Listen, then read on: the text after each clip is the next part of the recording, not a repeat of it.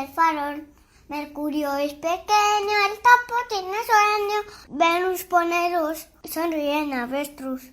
Marte va de rojo, el conejo está cojo. Júpiter es gigante, el tigre lleva guantes. Saturno tiene anillos, canturra el grillo. Urano se torció y el burro se enfadó. Neptuno va al final, ratón usa orinal. La tierra es azul y en ella vives tú. Oye, ¿te gustan los planetas? Escucha Un Punto Azul. Buenas tardes, amigos de Un Punto Azul, vuestro programa de astronomía, astronáutica y ciencias del espacio que realizamos la agrupación astronómica jerezana Magallanes.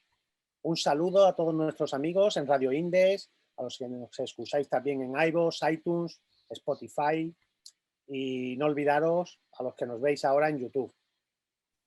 Un saludo también para nuestros seguidores en redes sociales, en Instagram, Facebook y Twitter. No olvidaros nuestra página web www.aamagallanes.es, donde podéis también enlazar con todos nuestros programas antiguos, muy antiguos. Bueno, hoy, día 2 de noviembre de 2021, noveno programa ya de la temporada 23, y un saludo de este que os habla desde Jerez de la Frontera, Agustín Almoril, con mis compañeros, nuestro astrofísico Manuel Jiménez del Barco. Hola Lito, ¿qué tal? Buenas a todos. Ya hoy no me tienes que poner falta.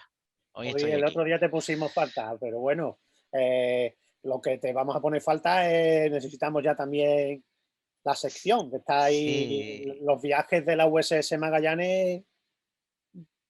Los proyectos para los viajes son arduos. Hay que pasar muchos permisos de la Unión, vale. de la Unión Federada de Planetas. Entonces hay que los viajes van, la burocracia que tiene por debajo os la elimino, pero la tiene. Bueno, pues nada, pues tendremos que esperar a estos papeleos, al papeleo, tendremos que esperar al papeleo. Bueno, hoy está también con nosotros, que también le ponemos falta, a José Luis Espí, nuestro físico de día, astrofotógrafo de noche, que vuelve al programa. José Luis, ¿qué tal? Aquí estamos una semana más. Sí, hay veces que el trabajo puede con uno y no tiene uno tiempo, pero en fin, ya sabes que siempre que puedo me gusta acercarme. Bueno, y hoy aquí, otra como vez... ya tantos años, ¿no? Lito falta menos que yo, pero ya se le va notando. ¿A que sí? ¿A ya que se sí? le va notando el curro, ¿eh? Y por los mismos motivos, es lo que tú dices. Bueno, y hoy sí nos trae otra vez la revista, porque la revista, la última, nos retrasamos un poquito, pero esta, vamos, recién sí, en el horno. El día 1 fue ayer, pues fíjate, calentita viene. Pues ahora nos hablarás de ella, que siempre es importante, y sobre todo apoyarla. Bueno, está también con nosotros, como habitualmente, Rafael Caro del Rincón del Novato, nuestro controlador de sonido, Luis María Moguer, y nuestro público habitual, que esta noche pues son David, Jesús Romero, Jesús Moya, en fin, saludos a todos. Creo que no me quedo ninguno de los que estáis aquí, que en cualquier momento, por supuesto, podéis comentar o hablar lo que queráis con nosotros. Pero voy a mandar un saludo y vamos a conectar con el Puerto Santa María, porque hoy está también con nosotros, lo prometido es deuda, con Juan Antonio Fernández de Códice y Grupo Astronómico Portuense y de Rota. Bueno, Juan Antonio, hoy nos vas a contar por fin esa Semana de la Ciencia que empieza la semana que viene. Tú sabes, aquí dándonos un poco patadas en el culo, marchas forzadas para poder tener el viernes todo listo, todo presentable, a la altura del público, porque siempre pues lo que intentamos es mantener o elevar el listón de toda la gente que nos viene y de las actividades, porque lo que queremos es eso, dar siempre lo mejor que podemos y todo lo que tenemos para conseguir una Semana de la Ciencia digna para todos nosotros, al fin y al cabo, los interesados en la ciencia y todas aquellas personas que aún no han entrado en esta vorágine de divulgación científica y que, bueno, pues siempre a lo mejor alguna de estas charlas le despierta la vocación o le despierta el interés.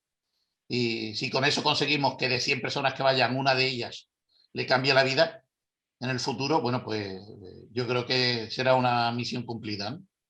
Pues claro, y como siempre serán los Toruños, ahora nos los contarás quiénes vienen, dónde es, y bueno, esperamos nosotros como siempre acompañarte. Yo ya estoy viendo qué días puedo acercarme, porque la verdad es que son charlas interesantes. Ahora lo hablamos y bueno, nos cuentas la gran labor que hace con las personas y personajes que trae impresionante. Por Nos vamos supuesto. nos vamos a ir también hoy, bueno, toca a Frascati, nos vamos a Roma, porque vuelve a estar con nosotros Juan Luis Cano. ¿Qué tal, Juan Luis? Muchas gracias por estar otra vez con nosotros. Hola, hola a todos. Como siempre, un auténtico placer estar aquí con vosotros para hablar de esta maravilla de la técnica de la antigüedad, que es el mecanismo de anticitera, y iremos con un nuevo primo que está contenido dentro del mecanismo.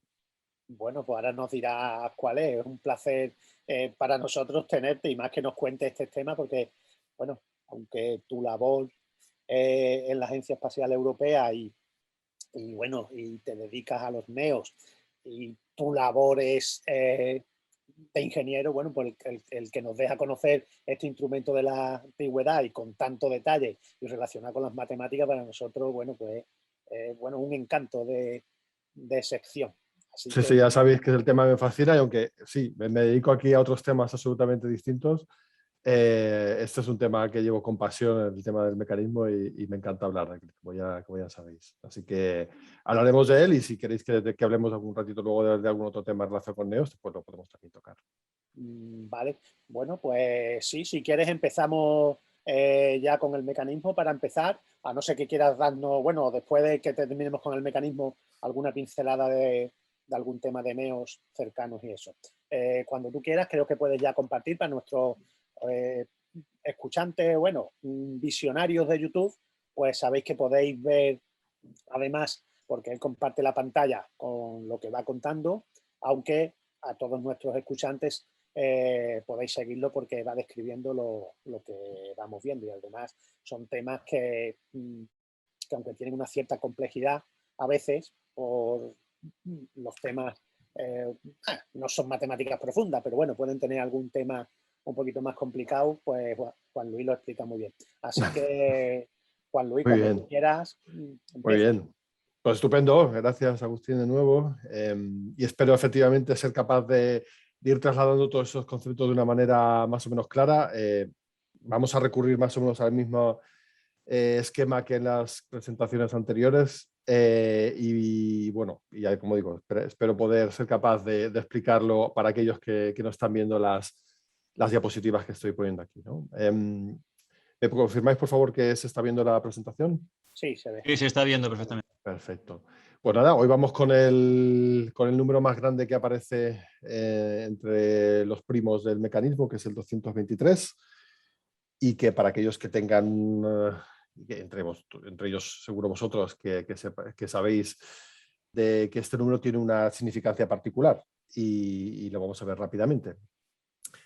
El mecanismo, he vuelto a poner aquí como primera o como segunda transparencia el mecanismo y tal y como tuvo que ser, que recuerdo que tenía que tener un tamaño más o menos de una caja de zapatos, y estoy poniendo aquí pues esa presentación que tendría con el anverso, con el planetario, en la parte lateral la ruedecilla que pondría en movimiento todos los mecanismos y todos los engranajes, y en la parte derecha de la imagen es una imagen con todos los engranajes y todo lo que tendría que tener el mecanismo por dentro, ¿no? Y la parte posterior del mecanismo.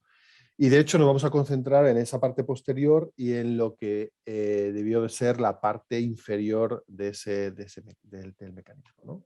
Paso de transparencia y hago aquí una imagen, pongo una imagen específicamente de esa parte trasera, en la cual, como recordaréis, ya hablamos que había dos espirales, ¿no? Una espiral superior, que ya vimos en la segunda charla, que tiene desplegado el ciclo metónico de 19 años en una espiral de 5 revoluciones, y la espiral de abajo, que es una espiral de la que todavía no hemos hablado y de la que vamos a hablar hoy. Esa espiral tiene 4 revoluciones en vez de las 5 de la parte superior, y como observaréis, las celdillas en las cuales estaba dividida la espiral superior estaba llena de información y os recordaréis que se correspondían a cada uno de los meses sinódicos correspondientes al ciclo metónico. Sin embargo, la parte de abajo tiene también una cantidad de celdillas que podríamos pensar que también se corresponden con meses sinódicos, y esto lo confirmaremos después,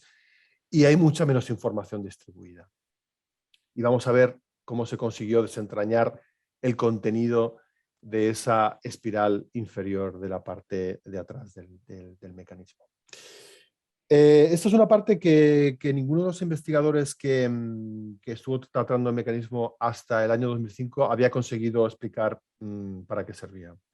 Tuvo que llegar el equipo de Tony Fries en el año 2005 con el proyecto de investigación del mecanismo anticitera para desentrañar lo que había en esta parte inferior. Y lo consiguieron gracias a esas técnicas que explicamos en el primer programa, que abordaron el estudio del mecanismo desde dos puntos de vista distintos. Por un lado, con una tomografía de rayos X muy potente, que recordaréis, os expliqué que incluso llevaron una máquina específica de rayos X específicamente diseñada para estudiar el mecanismo. Y luego el sistema de óptica que se desarrolló para intentar leer las inscripciones que había en el propio mecanismo.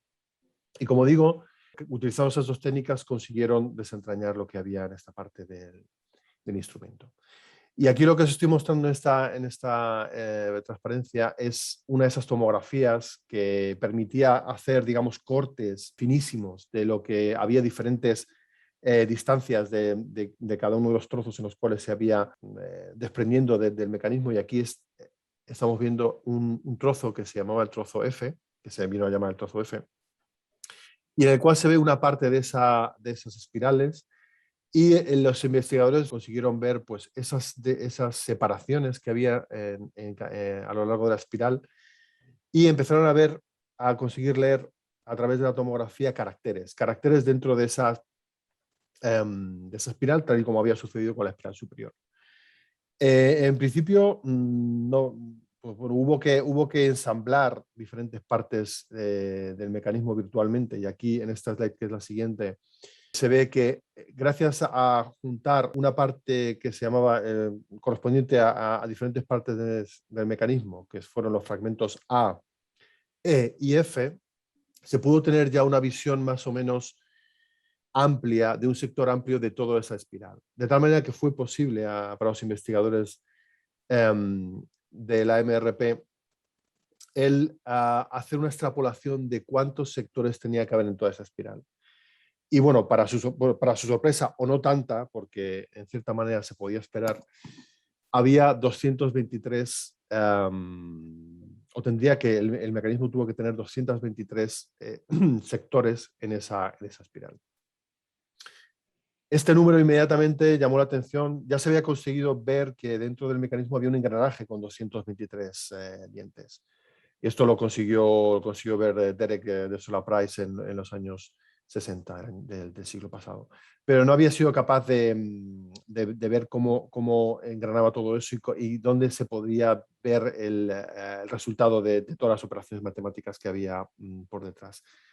Fue el equipo de la MRP el que efectivamente ya consiguió, pues como digo, explicar el hecho de que había 223 secciones en esta espiral y que por tanto tendrían que ver con ese mecanismo de 223 dientes, y que a su vez tenía claramente y directamente una relación específica con un ciclo de la antigüedad que se conocía bien y que es lo que se ha venido a llamar el ciclo de Saros. Lo he puesto aquí, en esta transparencia, en la cual pues, esos 223 meses sinódicos, que como recordaremos tiene que ver con las lunaciones, o sea, es el periodo entre luna llena y luna llena, pues 223 de esas lunaciones equivalen aproximadamente a 18,03 años. Y eso, como digo, se conocía desde la antigüedad como el ciclo de Saros. ¿Qué significa eso? Bueno, antes de entrar en esa cuestión, simplemente quería aquí representar de nuevo esa reconstrucción de la parte trasera, en la cual vemos arriba la espiral del ciclo metónico y abajo la espiral del ciclo de Saros. Y esa representación en la cual se ve que algunas de esas celdillas tenían inscripciones, otras no. Y hay un indicador adicional que estaba dividido en 3 partes y que, bueno, también se ha conseguido desentrañar para qué servía. Ahora lo explicaremos también.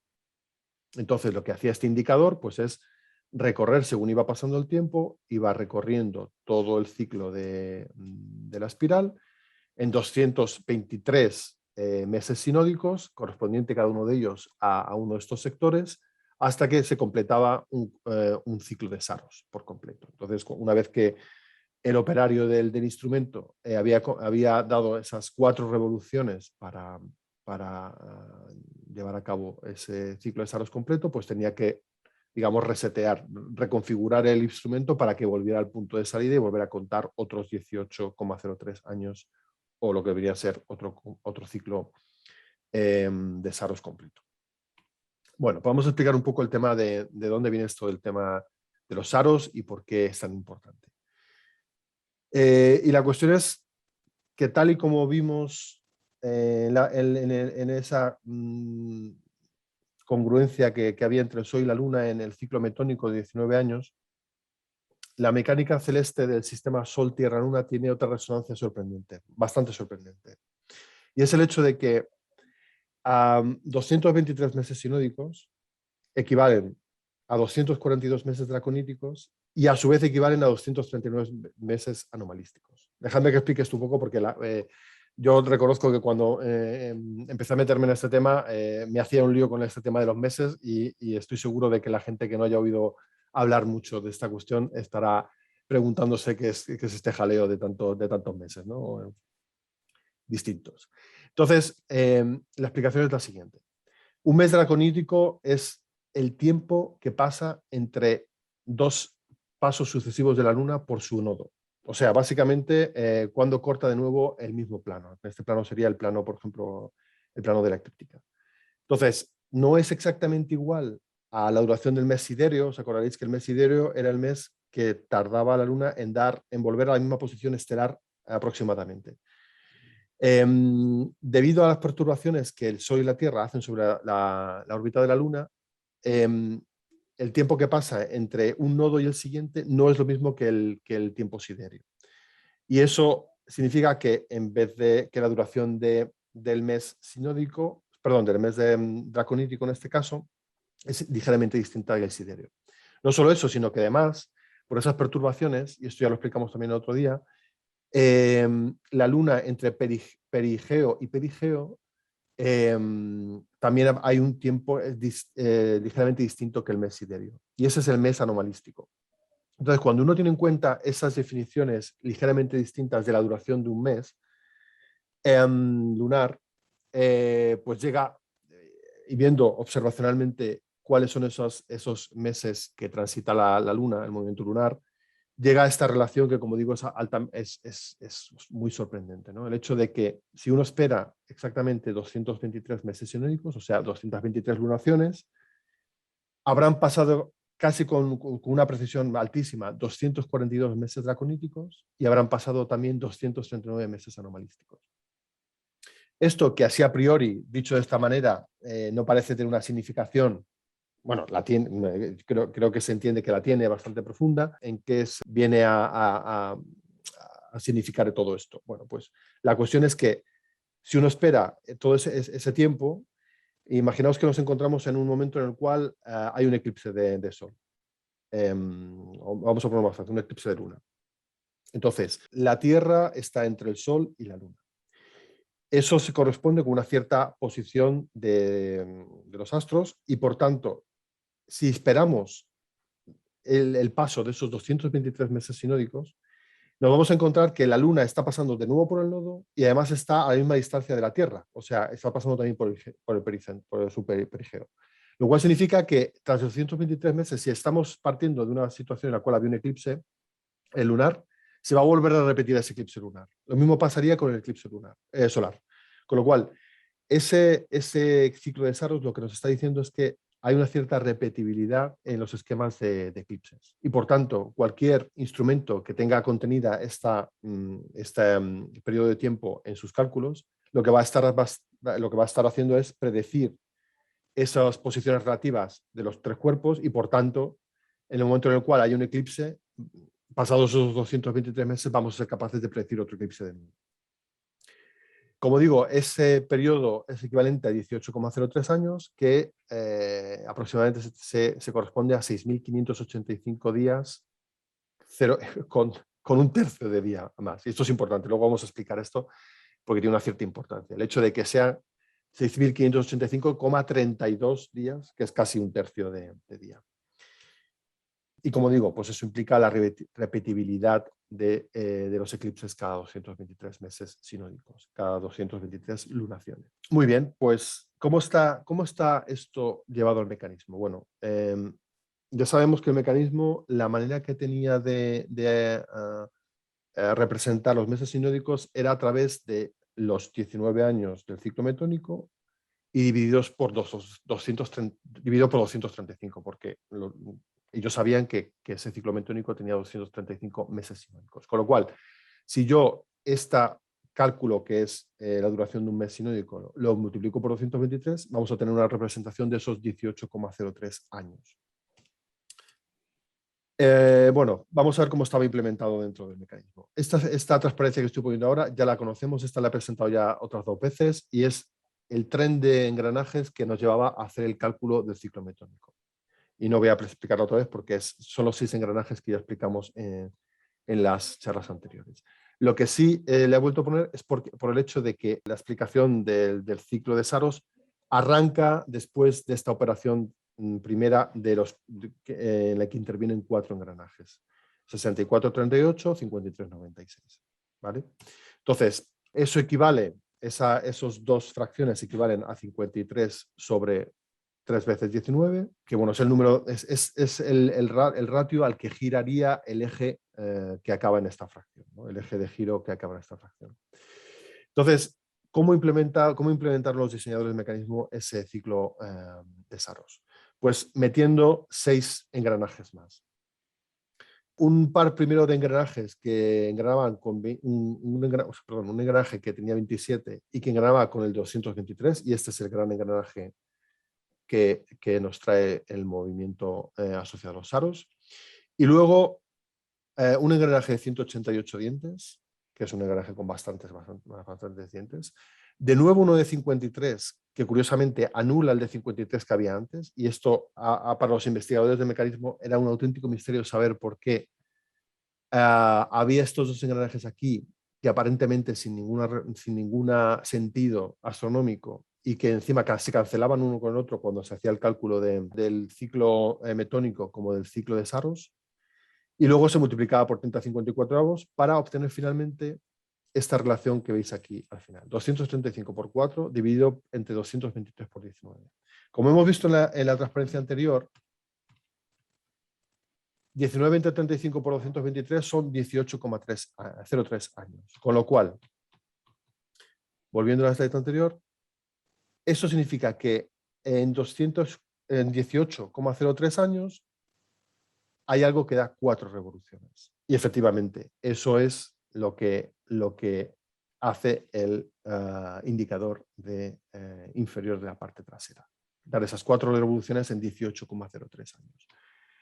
Y bueno, aquí pongo una transparencia en la cual los que están viendo la charla, pues está representada toda esa transmisión de engranajes. Lo voy a explicar rápidamente, pero bueno, pido disculpas a los que están oyendo porque no lo van a entender tan claramente, pero bueno, aquí se ve este mecanismo grande de 233 y el de 188 montado encima, engranado con el de 27, que es el que trae el movimiento a este doble engranaje. O sea, 27 engrana con 188, 188 con 223, que a su vez engrana con la serie que finalmente trae todo el mecanismo, todo el movimiento al indicador de Saros, ¿vale? Y aquí pues hay una representación del grupo de investigación de cómo gracias a la tomografía de rayos X se veían esos engranajes y pudieron llegar a contar todos los dientes y ver todas esas relaciones que hemos contado. Esto en lo que se refiere a cómo se lleva ese movimiento para representar el ciclo de Saros en ese indicador de la parte trasera. Pero vamos a intentar explicar un poco qué es lo que vieron en cada vez que había un eclipse y cada vez que veían que había unas inscripciones en el mecanismo. Para los que no lo estáis viendo, os explico lo que hay aquí. Esta transparencia tiene una imagen de una de las tomografías en la cual hay una parte ampliada en la cual se ven las inscripciones que había en una de esas celdillas, y se ve aquí una sigma, un símbolo muy raro que parece un ancla, una H, otra ancla y unos símbolos raros. Esto ha sido lo que ha costado mucho desentrañar y ver un poco lo que significaba. Y bueno, para hacer corta digamos, una explicación que tendría que ser un poco más larga, pero bueno, simplemente para comentar que lo que trataba las personas que hicieron el mecanismo de indicar en cada una de estas celdillas es que, en este caso, de la celda que viene representada en esta imagen, había en ese mes en particular un eclipse de luna. Aquí la S significa selene, la sigma significa selene, o sea, un eclipse de luna. También, además, había un eclipse de sol en ese mes, por eso aparece aquí la H de Helios. Y esta parte costó más de desencriptar qué significaba. Esta ancla que hay aquí es una mezcla entre omega y rho, que viene a significar hora. En griego antiguo, las horas en las que podía suceder algo, pues también la palabra era hora, sin H, pero hora, entonces es una omega y una rho. Con lo cual, esto es una indicación de a qué hora sucedería el eclipse correspondiente. Y aquí el signo siguiente, indica precisamente a qué hora se refiere del día en el cual había el eclipse. Y luego, finalmente, había otro símbolo debajo de estos dos, que también que lo que se vio es que cuando uno juntaba un poco toda la información que había, que era una especie de índice. O sea, estaban todos consecutivamente mencionados, con lo cual era una especie de índice que lo que hacía era llevar a la tabla que había auxiliar cerca, en la parte cercana a la espiral, para indicar qué tipo de eclipse era. O sea, bajo qué circunstancias se daba el eclipse. O sea, como veis, no solamente se indicaba si iba a ser un eclipse de sol o de luna, la hora del día que iba a ocurrir, sino que incluso se daba información de cómo iba a ser ese eclipse.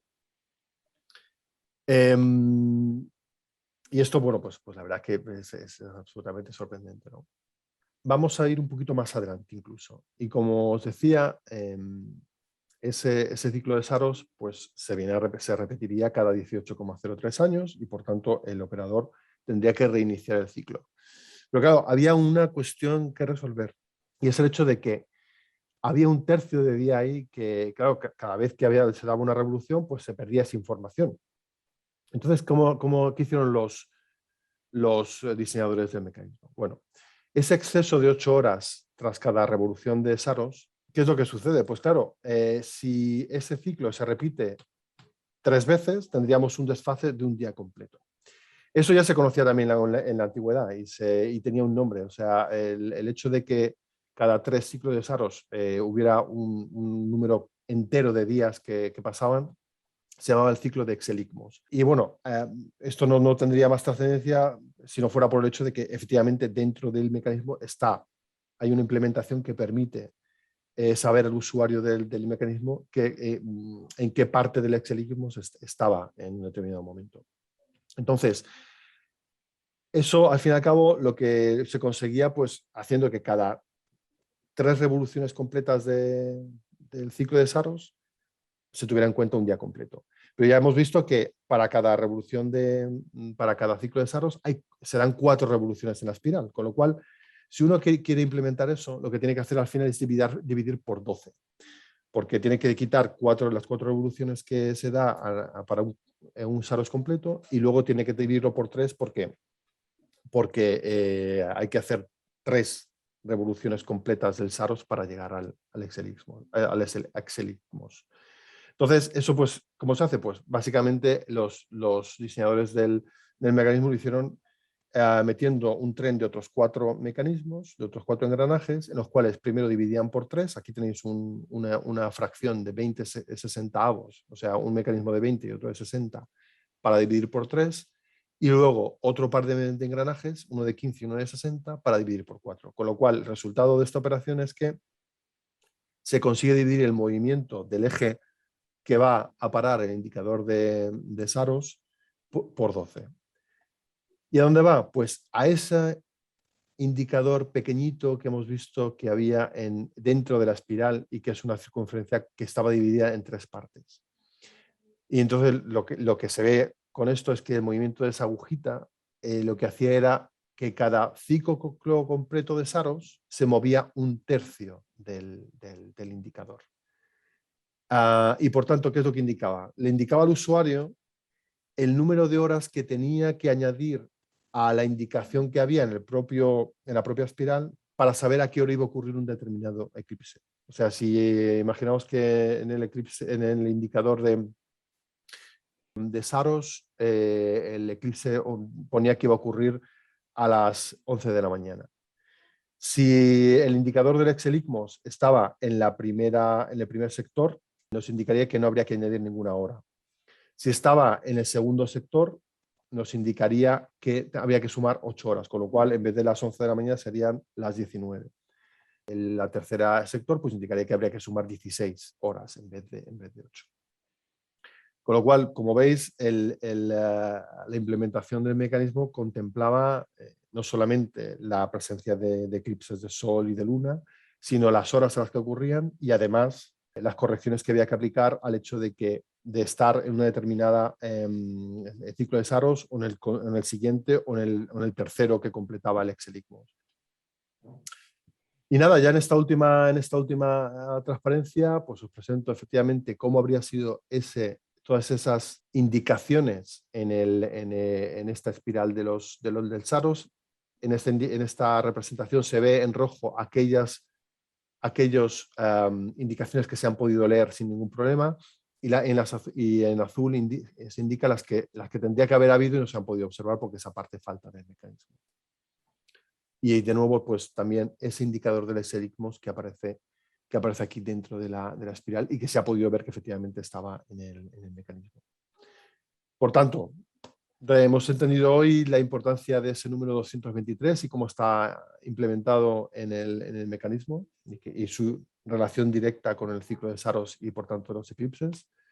Hemos entendido que había también una indicación del ciclo de Exeligmos y que venía representado con esa rueda adicional que había en la parte central del mecanismo, en la parte trasera.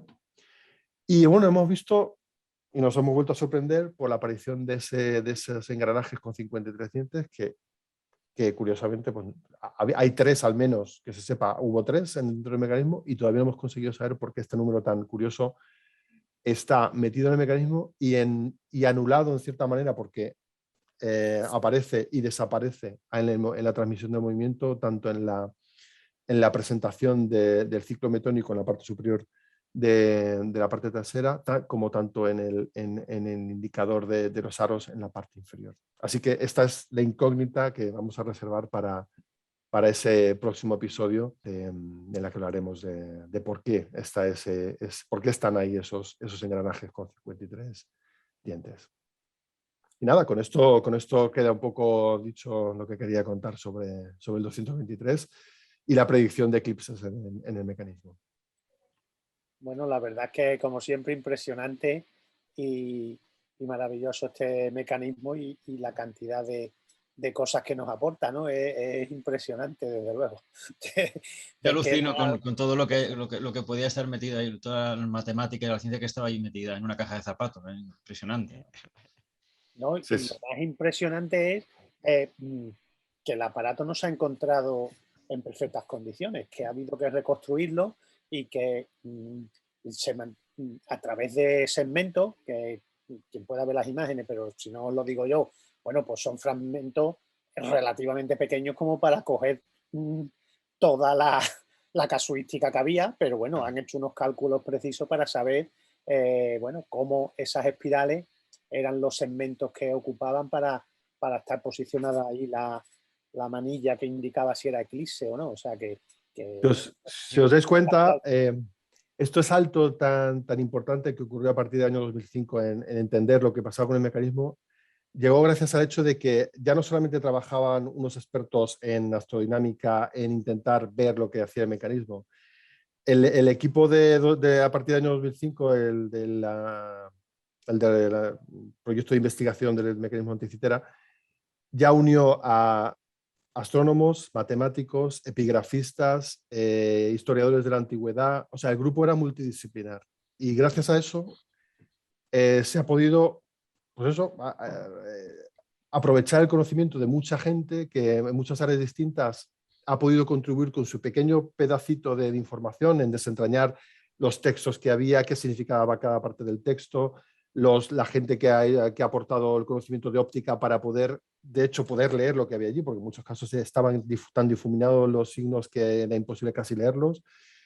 El conocimiento de astronomía, el conocimiento de lo que realmente la gente sabía, que sabían en aquella época sobre el movimiento de los astros. O sea que ha sido gracias a esa multidisciplinaridad que se consiguió reunir en ese equipo que se ha dado un salto tan enorme, ¿no? en conocer todo lo que había, porque los pedazos de información que faltaban eran tan enormes por el hecho de que muchas partes del mecanismo se habían perdido, se habían oxidado, la naturaleza las había deshecho. En las fotos que has puesto, algunas es que están totalmente borrados, está totalmente listada. Se lo ha comido, o sea, es que se lo ha comido. Lo que sea, entonces no se ve nada.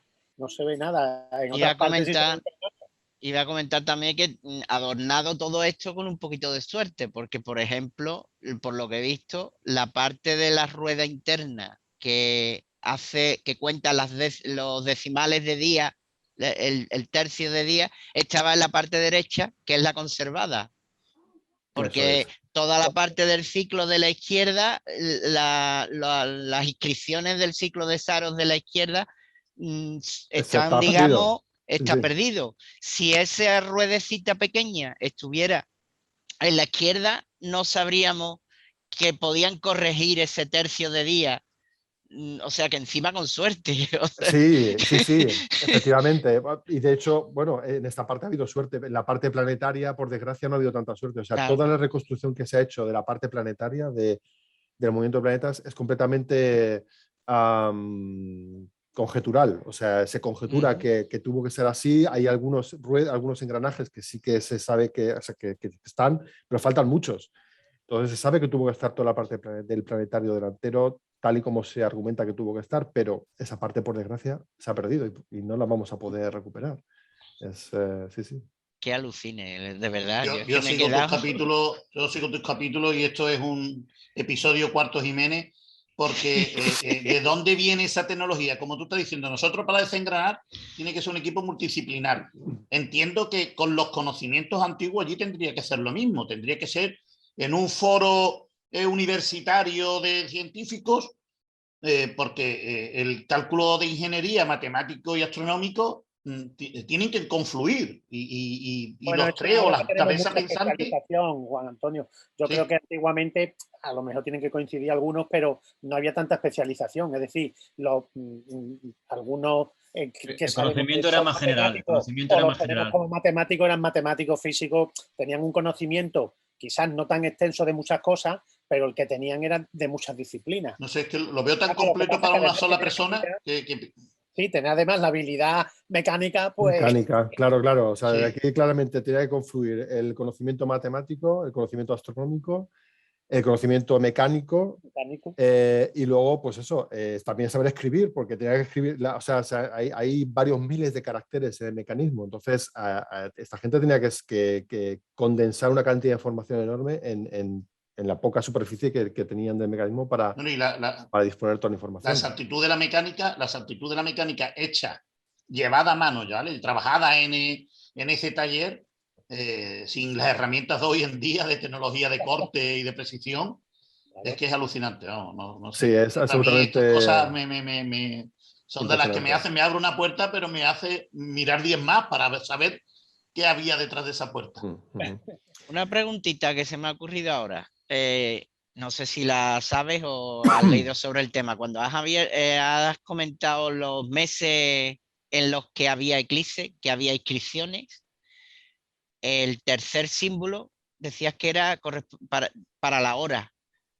y Sí. parecía el mismo en todos, como sabían la hora.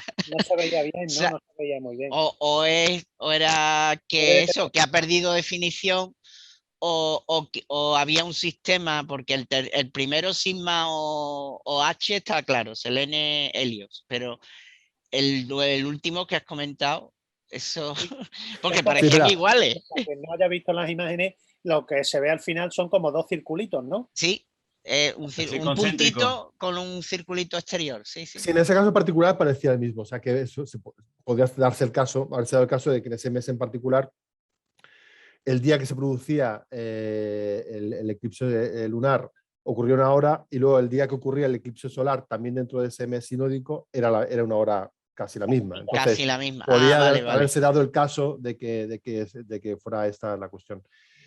No, tendría que ir al artículo específico en el cual publicar nuestros resultados para ver exactamente los símbolos que habían utilizado en cada uno de los. O sea, que has Para puesto cada una dos de las horas. iguales, pero en teoría no eran iguales. El No, tercer símbolo podía variar, sí. Vale. Sí. Ya, Y ya. luego el último símbolo, que es el que aparecía abajo, era el que Sí, refería a el la índice. parte del texto de índice en el cual se comentaba Ajá. específicamente sobre ese. Sí, para contar todos los eclipses, ¿no? El que hacía de contador, ¿no? Del ciclo de Saros. Bueno, no he contado, y esto voy a haber mencionado también, el hecho de que la sucesión específica de eclipses que aparecen dentro de esa secuencia de Saros da una indicación sobre cuándo se pudo haber diseñado, cuándo o cuál fue la fecha de inicio en la cual está dispuesta esa secuencia específica. No sé si me explico. Sí, O sea, uno se puede preguntar, muy bien, ¿y esa secuencia de Saros cuándo empieza? Y el hecho de las horas específicamente a las que están esos eclipses reportados y la localización sobre la Tierra en la cual se hizo todo eso, que tuvo que ser la parte del Egeo, eso permite, y esto fue un estudio todavía ulterior al que se llegó, a cuya solución se llegó por dos caminos independientes, ha permitido a los investigadores saber cuál era, digamos, el tiempo cero desde el cual se empezaba a medir ese ciclo, los ciclos de Saros. Y el lugar, ¿no? Porque el lugar se sabe que el error puede ser amplio, se tuvo que ser en la zona del Egeo. Eso está claro, ¿no? Claro, pero un eclipse, por ejemplo, de sol no es igual en todas las partes de. Claro, ni de luna. La Sí. Entonces, está claro que antes la Tierra no era enorme, la Tierra era solo el Mediterráneo para ellos, o sea que efectivamente a lo mejor el cálculo pues, funcionaba bien, pero a lo mejor con eso se puede llegar a concretar en qué zona estaban por fallos en el que ahí no había, el eclipse no era total o para. Sí. Pues mira, esto no estoy seguro de si lo han explotado del todo. Lo que sí lo han explotado es para sacar cuándo pudo haber sido el comienzo del ciclo de esos Saros.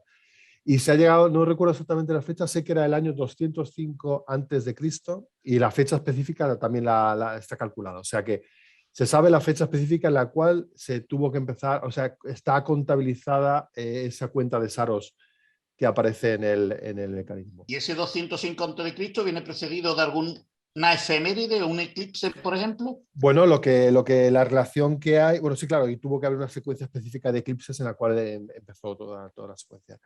Pero es sospechosamente cercana a la fecha en la que murió Arquímedes. Y os prometía antes que sacaríamos el tema de. La siguiente semana nos vas a contar algún detallito más sobre el tema. Arquímedes murió en el año 212 a.C., como comentamos en un capítulo anterior, tras la invasión de los romanos en la Segunda Guerra Púnica. Entonces, es sospechosamente cercana a esa fecha. Y bueno, pues lo bueno es que se ha conseguido individuar cuándo habría sido ese comienzo de ciclo de Saros, que es ya de por sí también digamos, una deducción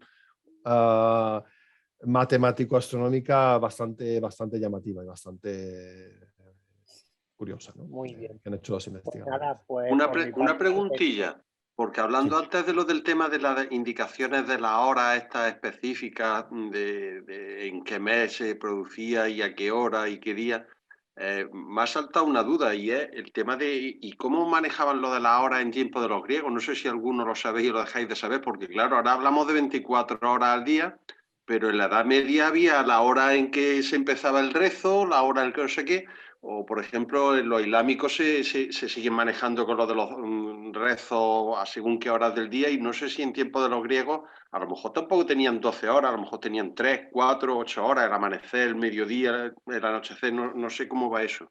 Bueno, toda la herencia del tema de la división del día viene de tiempos de los también de los caldeos y de los de Mesopotamia. O sea que esto ya estaba, digamos, aposentado de antigüedad.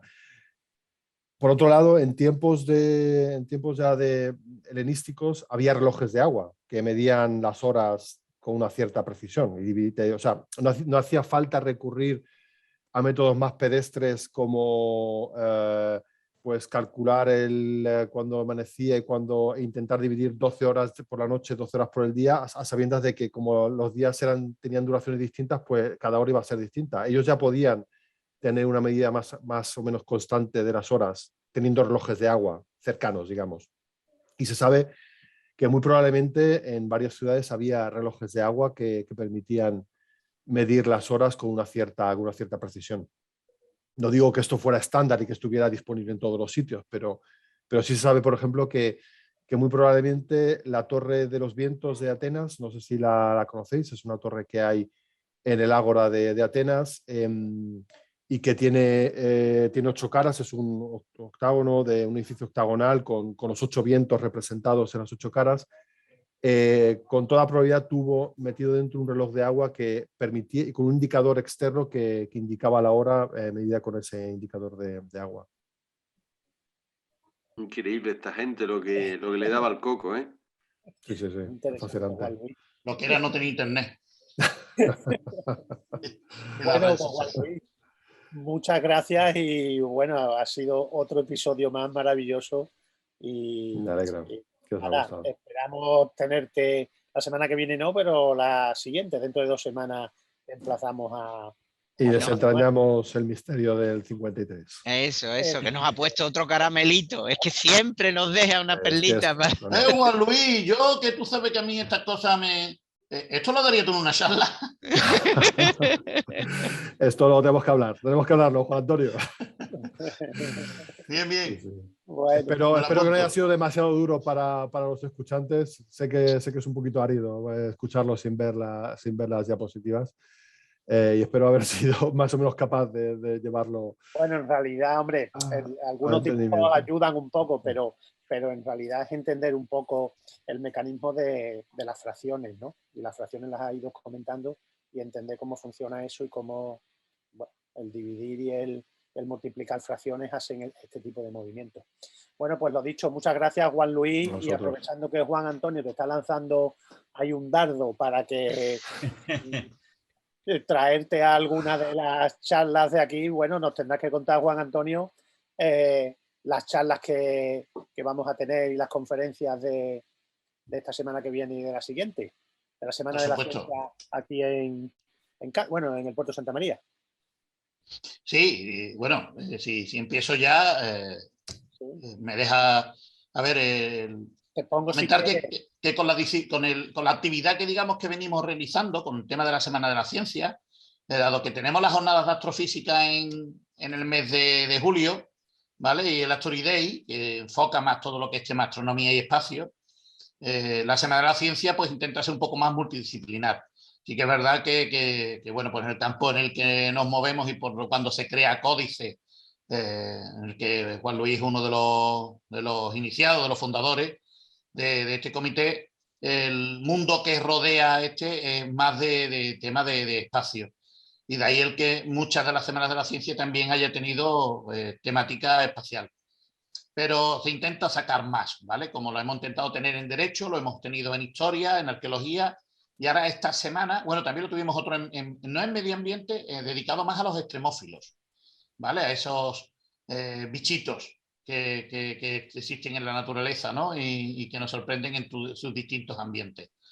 Y la verdad que, bueno, pues un poco en esa línea, pero ya mucho más avanzado, multicelular, lo hemos querido tocar, enfocarlo más en la bahía de Cádiz y nuestros recursos medioambientales. lo que es la naturaleza en su biología, zoología y ecología, ¿vale? Porque la verdad, bueno, tenemos el INMASESI, que estudia e investiga todo lo que es el sistema acuático y el sistema marino, el sistema costero, la naturaleza, ciencias del mar de Cádiz y ambientales, que también lleva todo este campo. Y yo ya tenía muchísimos contactos de gente investigando en estos campos, sacando, bueno, vamos a decir, avanzando en el tema de la nutrición, de la alimentación hacia el futuro, por aquellos de tener mayor recurso alimenticio, ¿no? Y dada que hoy en día la alimentación que tenemos está un poco desordenada, ¿no? Con tantos alimentos de estos grasos y poco saludables para el cuerpo, saber que nuestra propia naturaleza nos surte no solo de esa materia prima, sino de nuevas materias primas, que dado que no, las otras se pueden estar agotando, estas pueden ser un recurso nuevo. Y francamente, a nivel título personal, y no soy vegano, pero tampoco soy tan animalista. Lo de los insectos, como a mí, no me va todavía. Entonces prefiero buscar otros recursos. Y no es broma, pero a raíz de este chiste, pues comentando con gente del INMASESI, me comentaron que ahí tenemos a El León, el tema de utilizar las microalgas para saborear el producto, porque tú no te tomas, aunque se pueden ya tomar las algas directamente, ¿no? En ciertas ensaladas. Pero en este caso él no quiso buscar eso. Quiso darle un sabor y darle ese tono, ese sabor marino a ciertos alimentos, y encima con el color verde, ¿no? Para darle una textura y darle una forma. Y ese microalga, pues, bueno, pues ahí está. Nos aporta una serie de nutrientes y de proteínas que nos ayudaría muchísimo a suplentar otros alimentos que podrían costar más o porque podrían hoy en día por la climatología ser más costosos, y tenemos un recurso como nuestro océano, nuestra mar, y aquí en la bahía de Cádiz, que pueden ayudarnos a tener un nuevo incluso sector industrial, ¿vale? Laboral, o sea que todo esto lleva muchísimos enfoques. Y bueno, cuando me pongo a hablar con esta gente del INMASESI, me cuentan que no es solo esto, sino con especies marinas, con especies acuáticas, con especies terrestres. Y bueno, después, oye, me gustaría que algún día, y bueno, pues se han aglutinado esta serie de personas, y como te he dicho, como la alimentación repercute en la salud, había dos personas, una de ellas, biotecnóloga y química, que es Rosa, de Rota, que tiene en el campo nutrinacional, tiene muchísima experiencia, y otra que ya conocéis vosotros, porque parte vuestra, digamos, de Jerez, por parte de Magallanes, que es María, que en la parte de su trabajo de investigación, a pesar de ser matemática, utilizar las matemáticas aplicadas para ayudar en procesos de medicación contra el cáncer, bueno, pues es una aplicación más. Y yo he querido, pues, aunar a este número de personas, que en realidad íbamos a ser más, son 8 personas las que suelen participar en la Semana de la Ciencia, pero bueno, una serie de circunstancias y contratiempos han ido que esta actividad se haya visto frenada, que yo no haya podido lanzarla a tiempo, y ciertos conferenciantes, como por ejemplo Ángel León, el chef de Aponiente, que iba a participar personalmente, ante esta todavía no certeza de la celebración de la Semana de la Ciencia, pues le salió un tema en Alemania y tuvo que aceptarlo de Alemania, ante la incertidumbre de lo nuestro, y el investigador que se quedaba en su lugar, por si se hacía la actividad, pues le ha surgido en Escocia también, creo que en Escocia o en Bélgica, no recuerdo también. Y bueno, pues se me ha excusado y yo pues me rindo a ello, porque la verdad que el que no ha sabido mantener la fecha y el orden de esto he sido yo, por culpa, como os he dicho, de la burocracia. Y bueno, pues en este caso, como veis, el viernes 12 solo hay una charla y el sábado 13 solo hay una charla. Antonio, pues antes que nada vamos a comentar los horarios y los días, y ahora nos cuentas si quieres las charlas de que se componen. Estamos hablando de la Semana de la Ciencia, que bueno, que en este caso se llama Investigación y Ciencia, Calidad de Vida. Para los que nos seguís por YouTube, hemos puesto el cartel. Además, así te sirve, Juan Antonio, para recordar si quieres decir alguna cosa más. Pero bueno, cuéntanos. Es el día 5 y 6, 12 y 13. Cuéntanos. Correcto, exactamente. Esto va con una exposición. La exposición se mantiene del 5 al 14, una exposición que que nos aporta la Universidad de Ciencias del Mar de Cádiz y de Ciencias del Mar y Ambientales de la Universidad de Cádiz, que será la que amenice el salón, y será el acto inaugural el viernes 5 de noviembre, ¿vale? Donde, bueno, pues tendremos inicialmente siempre un acto de cultura conciencia y una entrega de reconocimiento a un profesional, a una entidad o aficionado a la divulgación, a la comunicación de las ciencias y a una empresa, ¿vale? Son siempre los 3 sectores en los que buscamos el otorgar estos premios. Y acto seguido, una vez que hayamos hecho este acto de presentación de inauguración inicial, pues procedemos a la primera conferencia, que la da la doctora Irene Lainz, ¿vale? Sobre, un poco hablamos así, pero en el tema de lo que es el océano y las costas, perdón, el océano y de las costas no, el tema del estudio del boquerón, ¿vale? Aunque parezca así un poquito, el desarrollo sobre la investigación de dónde está el boquerón, ¿no? Algo particular, pero muy interesante, que lo veremos y lo escucharemos por parte de ella, ¿no? Y después tendremos a Isabel Caballero, donde nos va a poner lo que es el océano, el estudio del océano y las costas, desde 2 satélites, que son los primordiales que tiene la Agencia Espacial Europea para el Estudio Medioambiental, que son los Sentinel, y bueno, y ahora sabéis que como el Copérnico, pues no solo se está aplicando ahora aquí, sino también mucho en el estudio del seguimiento del volcán que estamos teniendo en La Palma. Bueno, pues ya nos va a hablar de cómo se utilizan estos satélites, ¿vale? Y los campos de investigación aplicados que se están teniendo aquí en la Universidad en la Bahía de Cádiz desde el INMASESI. El sábado 6 de noviembre pues tendremos a Rosa Mateo, como dije antes, para hablar sobre las células rojas, ¿vale? O entendemos así los glóbulos rojos y cómo nos afectan en el tema de nuestra dieta o de cómo somos genéticamente a la hora de nuestra alimentación. Y acto seguido, a las 8 de la tarde, pues María Rosa, perdón, nos dará la aplicación de las matemáticas contra el cáncer. La verdad que son 4 conferencias interesantísimas y que han tenido muchísimo reconocimiento a nivel personal a todas las conferenciantes, ¿vale? Su alto grado, bueno, casualidad, y no hay más que ver que todos los conferenciantes son doctores en su especialidad, en su materia, y en este caso, pues abunda, y a pesar de ser algo que venimos partiendo brecha, abunda en el sector de la mujer investigadora, ¿vale? Y aquí, como estamos viendo, en muchísimas disciplinas, ¿no? No solo en la educación o en otras ramas, como muchas veces nos quejamos, que es la seleccionada por el sexo femenino, ¿no? Que ya se está notando y están partiendo lanzas en este aspecto. Y bueno, ya por último cerramos la semana siguiente, el viernes 12, con especies exóticas por Enrique González, que nos va a tocar, también investigador del Instituto de Ciencias Marinas de Andalucía, del INMASESI. Y acto seguido, el día siguiente, el sábado 13, pues una doctora en elementos extremófilos, ¿vale? En el tema bacteriano que yo creo que todos conocemos, porque es la que, digamos, toca una parte de la ciencia que nosotros tocamos más, que es la astronomía, y nos viene a hablar sobre soñando con extraterrestres, ¿no? O sea, es ahora mismo una de las biólogas, unas astrobiólogas que en el CAP de Madrid está llevando varios proyectos de investigación, entre uno de ellos también investigación en Marte, sabemos ahora, tenemos allí los rovers de investigación, y es de las que se utiliza, o sea, es una persona que bueno, su campo de trabajo pues le hace tener siempre estar en todos estos proyectos de investigación planetaria, ¿no? En busca de vida extraterrestre. Has dicho quién es, ¿no? Esther Lázaro. Esther Lázaro, perdón, no, sí, es verdad, no la he nombrado. Bueno, todas la he dado tan poco conocida que... Bueno, todas las charlas empiezan a las 7, bueno, y las segundas charlas a las 8, y la verdad es que, bueno, que son todas súper interesantes y una semana de la ciencia espectacular.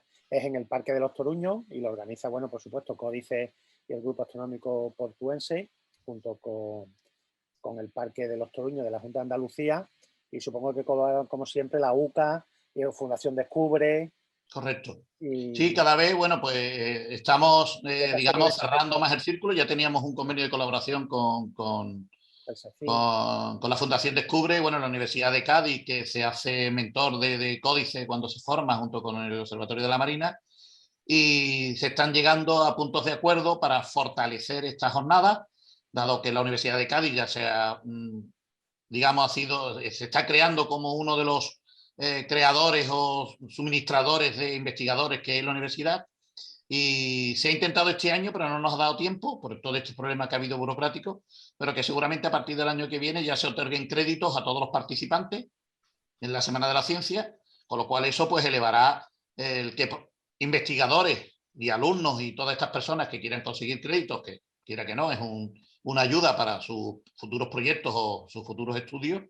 Y al mismo tiempo, bueno, la Fundación Descubre, que cada vez nos está dando más cobertura y más apoyo, no solo aquí, sino en toda la divulgación, en la revista El Séptimo Cielo. Estamos teniéndolo por Emilio Alfaro, que también nos está haciendo un seguimiento y un apoyo total a nuestro proyecto de divulgación científica. Y cada vez estamos metiendo más. Ahora mismo estamos trabajando también con el tema del derecho aeroespacial, porque quieren que Códice ayude y sea miembro organizador de un evento internacional aquí en España, que ya sucedió hace unos años en Sevilla, y me están proponiendo que hagamos algo así, que organice algo así aquí en la provincia de Cádiz también, a nivel internacional, para traer a juristas de todo el mundo y hablar pues de un problema que a todos nos atiende. Y ahora mismo pues estamos mucho en ello, con el tema de la contaminación lumínica y la exploración espacial, algo que está pues muy emergente y que pronto va a necesitar de leyes y normas que regule todo esto que se está haciendo. Muy bien, pues muchas gracias como siempre, Juan Antonio. Nos veremos allí en Los Toruños, el Parque Los Toruños. Y bueno, para terminar vamos a continuar con José Luis Espí y nuestra revista de astronomía. Agustín, déjame que le desee todo el éxito del mundo a Juan Antonio para este nuevo grupo de conferencias. Juan Antonio, trabajazo el que haces ahí, y Desde espero luego. de nuevo que tengas un éxito enorme en estas charlas. Y nada, despedime vosotros, que me tengo que dejar. ¿Vale? Muy bien. Pues Muchas gracias, Juan Luis. Hasta Buenas tardes a muy todos. prontito, hasta muy pronto. Muy bien, gracias. Gracias a todos. Luego. Hasta luego. Bien, pues tenemos como cada principios de mes, pues nuestra revista Astronomía. Nuestra revista Astronomía, que es nuestra revista de cabecera en español, de ciencias y de nuestra afición, que en este mes de noviembre la portada pone, el título principal es El brillo de la noche. El brillo de la noche es una fotografía de un paisaje nocturno, ¿okay? Con un cielo muy, muy iluminado. Y cuando hablamos de... Voy a pasar aquí al artículo principal. Aquí estamos. Bien, el brillo, el artículo es el brillo de la noche, el brillo natural de la noche, ¿de acuerdo? Entonces, lo que intenta decirnos este artículo es que asociamos la noche con oscuridad, pero el cielo nocturno no es completamente oscuro. Hay algunos fenómenos en la atmósfera que hacen que el cielo brille. Tenemos a la luna, tenemos la Vía Láctea, las auroras, la luz zodiacal y un montón de cosas que hacen que haya un brillo natural de la noche, el que sí nos interesa. El que no nos interesa es el artificial, como sabe. Entonces está muy bien el air glow, etcétera. Hay un montón de fenómenos que se estudian en este artículo, muy bien documentado, sobre cuál es el brillo de la noche, el brillo natural que deberíamos todos poder llegar a ver. Y sabéis que cada vez con la contaminación lumínica vemos cada vez menos, incluida, por ejemplo, la Vía Láctea, que ya es difícil en algunos sitios incluso de ver. El siguiente interesante es mujeres en la Luna. Hay muy pocos cráteres con nombre de mujer en la Luna y viene a darnos un repasito por todos ellos, ¿vale? En este artículo. Nombres de cráteres que tengan que ver con mujeres. El siguiente es el diagrama HR del cúmulo globular de M3. ¿Vale? Sabéis que el M3 es un cúmulo globular espectacular que todo el mundo hemos visto en el cielo con nuestro telescopio. Y hace un estudio un estudio serio sobre su diagrama HR y cómo podemos calcular las distancias al cúmulo. Después, quiero comentar, en observación lunar tenemos varios sitios este mes, como el Firmicus, el Aouzut, son zonas cerca del Mare Crisium que yo, por ejemplo, desconocía. Hay que dar un repasito a la Luna. Cielo del mes, hay un par de cosas muy interesantes. Al amanecer del día 3, que eso ya es ya mismo, ¿vale? Tenemos Mercurio, Luna y Espiga en Virgo. ¿vale? A ver si podemos capaces de ver. Y después, los anocheceres del 7 y del 8, pues tenemos Venus y la Luna en Sagitario. Conjunciones Venus y la Luna. Por último tenemos en 10 y el 11, en el anochecer del 10 y el 11 también de noviembre, tenemos Júpiter, Saturno y la Luna en creciente. ¿Vale? Y las Leónidas que tenemos durante casi todo el mes, pero cuyo máximo era el 16 y el 17. Bien, más cosas. Hay una noticia muy triste. En la parte de Rafael Benavides, que como sabéis, Estrellas Dobles, nos dice el fin de los sueños. Después de 11 años y 27 números, el Observador de Estrellas Dobles, revista especializada de estrellas dobles en español, dice adiós. ¿Vale? Parece que cierra la emisión de esta interesante revista, de las que hemos hablado muchísimo estos años atrás. Porque son trabajadores innatos Sí. y una revista estupenda para todo el que se quiere iniciar en todo este tipo de actividades. Y por lo visto, pues... Además, hacen una alta referencia, ¿no?, a la imagen de José Luis Comella, que era creador y mentor de... Hijos de Comella se llaman a sí mismos. Claro, entonces entiendo que el dolor que tienen que tener para continuar su trabajo pues tiene que ser duro. Pues esto es una noticia porque desaparece. Carballo, Edgar Massa, bueno, y Rafael Benavides, que es el que lleva la sección aquí en la revista, Rafael Benavides. Les mandamos a los tres un abrazo y un saludo fuerte, y cuando quieran pueden volver al programa, porque, bueno, Rafa quizás ha sido el único que no pasa por el programa, pero tanto Edgar como Juan Luis han estado aquí en distintas ocasiones. Y sobre todo lo hemos saludado, lo hemos convivido con ellos cuando hemos ido a los congresos, siempre nos los encontramos, ¿verdad? Sí. Muy bien, pues esto es una noticia triste. El Observador de Estrellas Dobles, pues como tal, desaparece.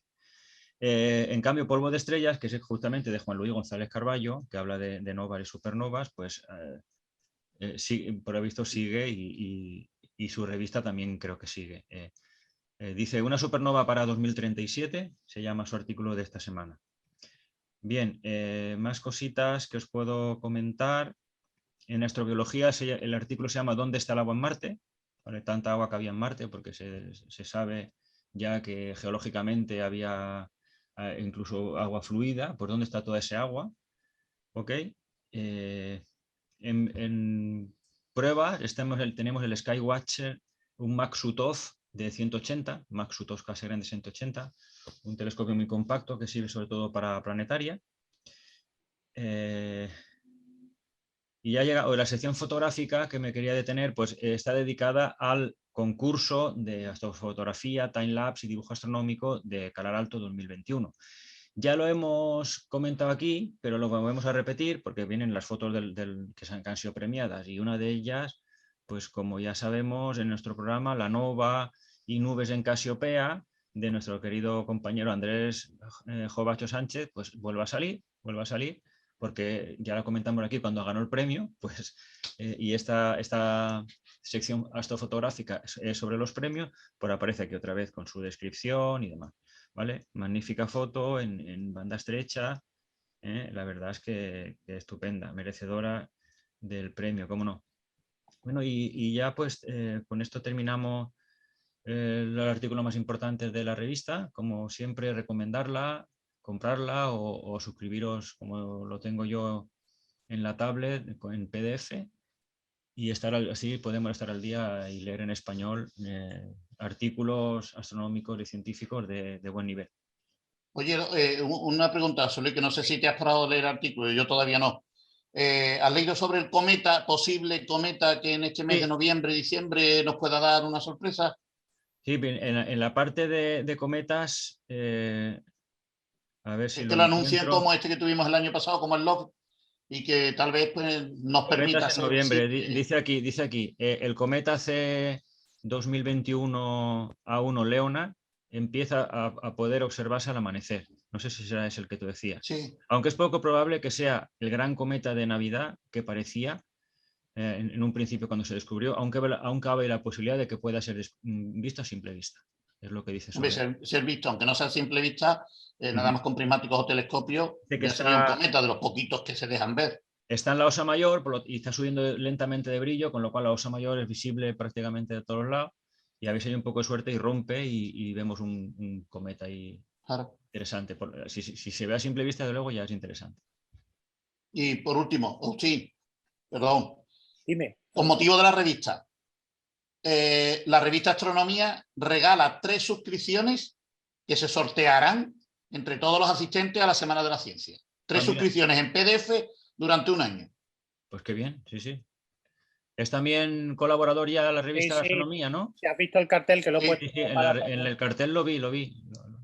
Sí, una de las cosas, bueno, pues nuestra continuidad, quiero pensar, y como decía antes, el peso de los científicos que cada vez se están haciendo más eco de estas actividades y que a mí, desde luego, me facilitan la tarea, porque buscar científicos que quieran participar y en distintas disciplinas se prestan a ello, pues normal, y en el momento en que hacemos el hecho y se lo presentamos a la revista, como siempre ha sido colaboradora, del tirón se brinda. Y bueno, cada año siempre nos ha mandado lotes de revistas, que el año pasado, y aún las tengo, no se pudieron dar por el tema del COVID. El tema del COVID. ¿Vale? Con lo cual se darán este año.